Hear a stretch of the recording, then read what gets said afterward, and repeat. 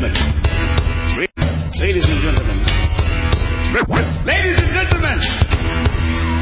For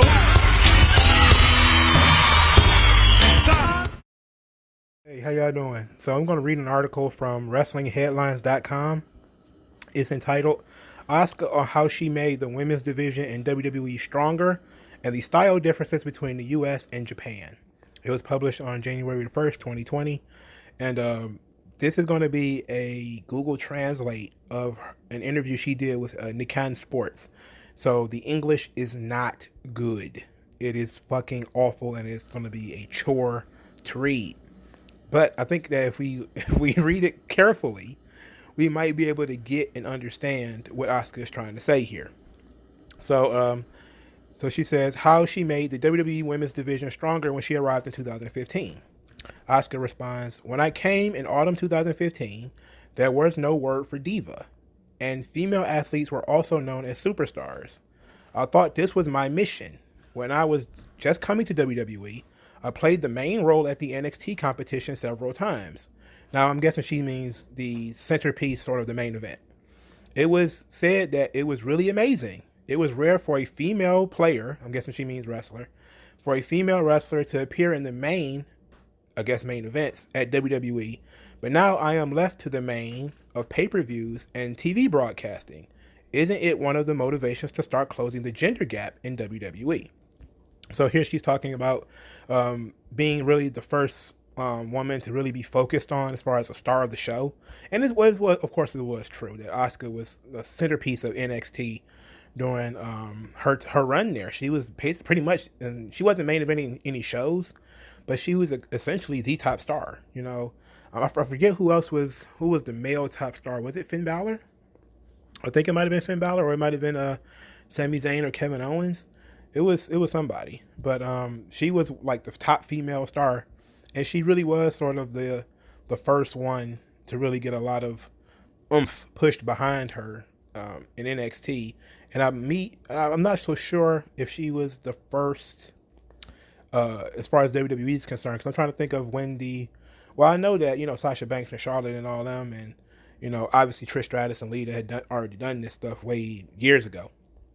But as far as being the focal point of the brands, I'm pretty sure Asuka was the first, because I'm not sure that Charlotte and all of them were the sort of the focal points of the brands that they were on at the time. I don't believe so. So then she was asked about what's the key differences between female wrestling in Japan and the United States, and this is really going to get choppy as far as me trying to parse out what she means, because they just use Google Translate instead of maybe doing something more professional and sending this to a Japanese speaking person and getting a rougher translation. Google Translate is really going to butcher this. This is going to be dog shit. But this is what Asuka responded. When I was in Japan, there weren't many women coming to see me, so it was really nice to be a fan. I'm guessing she means that, let's continue. At the time, I was conscious of trying to increase the number of fans who were watching male professional wrestling.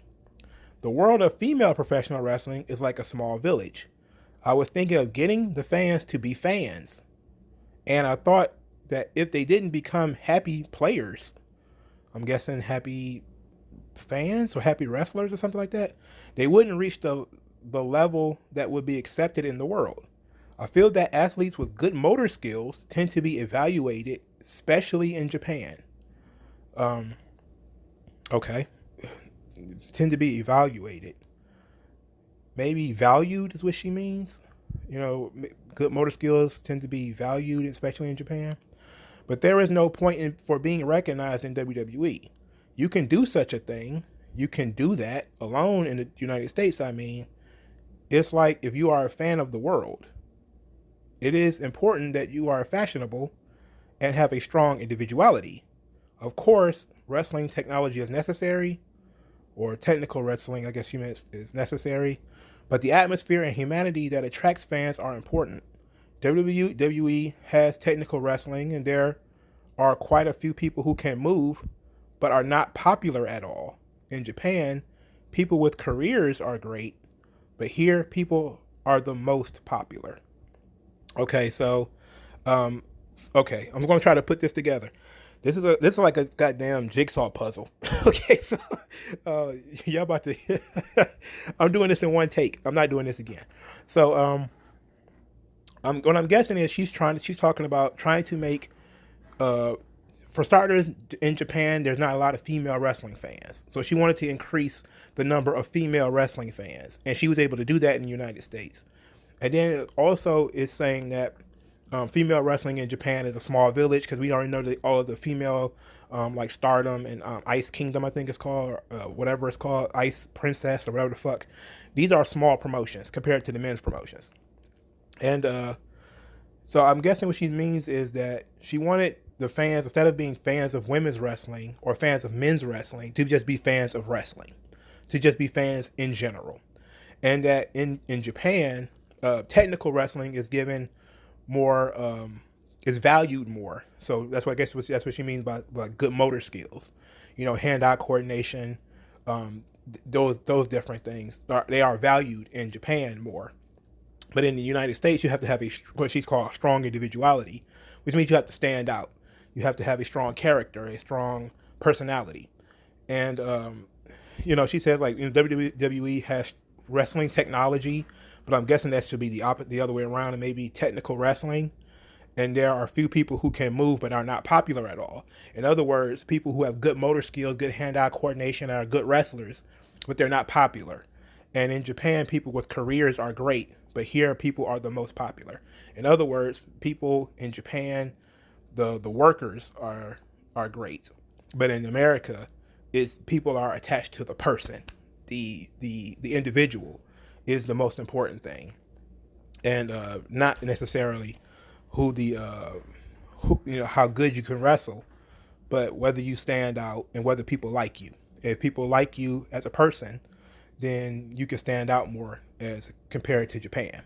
And this is just me trying to figure this out. And I figured you guys might like this, because it kind of goes to what I've been saying. And she kind of understands that wrestling is more than moves, because yes, in Japan, it is a lot of moves and a lot of technical wrestling, a lot of basic stuff that we used to see in the 80s and in the early 90s before the Attitude Era took over and it became punch fest, kick fest. Even though in Japan it is a lot of chop, chop, chop, chop, chop, chop, chop. And, but the women's wrestling is actually pretty good, because it's very mat-based and very based in technical wrestling. So I do occasionally watch a Stardom match or something like that, even if I don't know the women involved. Like, I just watched Asuka wrestle with some woman she wrestled, and they had like the drums playing in the background, and I read through the comment section, and it said that Asuka put the match together, and I think it's I forget what the lady's name is. Let me look it up now while I'm talking. But Asuka, it had like a soundtrack to it, and they were like on this mat, and they were like getting at it, it was and it was pretty fun, It was Mako Satomura. Okay, so it was Kana versus Mako Satomura. And I just watched this match randomly, and saw that she put it together. Asuka put the match together herself. She picked her own opponent and everything, and the lighting and the arena and all that type of stuff was she put together. And it was a beautiful match, There was no commentary, so there was not a lot of tripping over, not understanding the language and stuff like that. But Asuka is a fabulous performer, and she seems to have a good head for the business, especially in America. And it seems like people kind of understand that, or she kind of understands that in order to translate, she had to go from being a good technical wrestler, like she would be in Japan, to being a good personality, which is what she's done in the United States, is turn up her personality a lot. Being colorful, even though she was already colorful, she was very serious in Japan. She wanted to show her toughness, like she wrestled men, because she wanted to show how tough she was, because she thought wrestling men would make her look tougher and draw more fans to her. But in the United States, she didn't have to do that, She just had to turn her personality up and then be given the platform, and she was able to do it. So hopefully she can do this as far as in Japan, where she can increase the number of female fans that are interested in female wrestling in Japan. Because we know that, even in the United States, the vast majority of the people who are interested in female wrestling is men. It's still the case. It's still, but I'm pretty sure she do have some female fans now because females do watch WWE. So hopefully she can pursue her goals, or achieve her goals, and she seems to have already achieved them, or at least she feels that she has, which is good, But what do you guys think about the difference between Japan and the United States, which is something I've noticed personally when you watch a lot of Japanese wrestling? It is a lot of people with little to no personality, but they are good technical wrestlers. And then you have people who have big personalities, but they don't get pushed in Japan because they probably aren't good technical wrestlers. And in the United States, it's usually the opposite. You could be a good technical wrestler, but if you're the boring shits and you don't draw any money, nobody cares.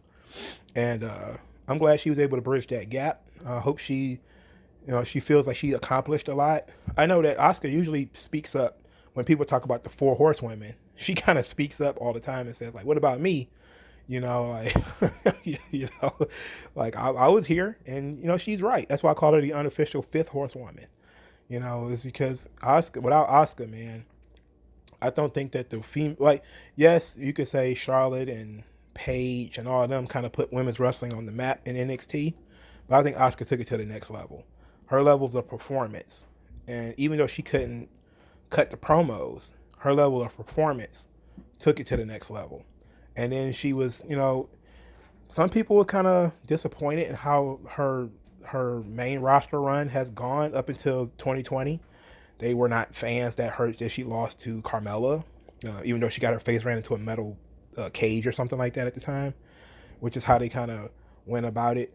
But I think having Asuka lose to Carmella and Jinder Mahal beat Shinsuke Nakamura was kind of a way of testing them to see if they would rise to the occasion or whether they would be like, fuck this, I'm out of here. And it seemed like Nakamura kind of mentally checked out while Asuka kind of got her shit together. Even though Asuka got fucked over numerous times, because remember she lost the title the week of WrestleMania to Charlotte.